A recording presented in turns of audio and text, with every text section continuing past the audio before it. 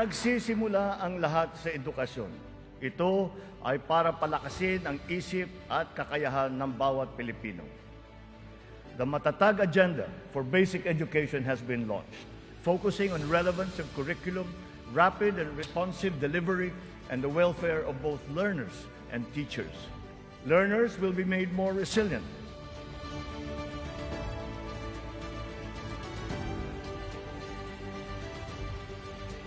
The shortage of classrooms and facilities is being addressed. Aside from new construction, schools and facilities are being retrofitted to become ready for the future, ready for hybrid and high-tech learning, and also climate-ready and disaster-proof.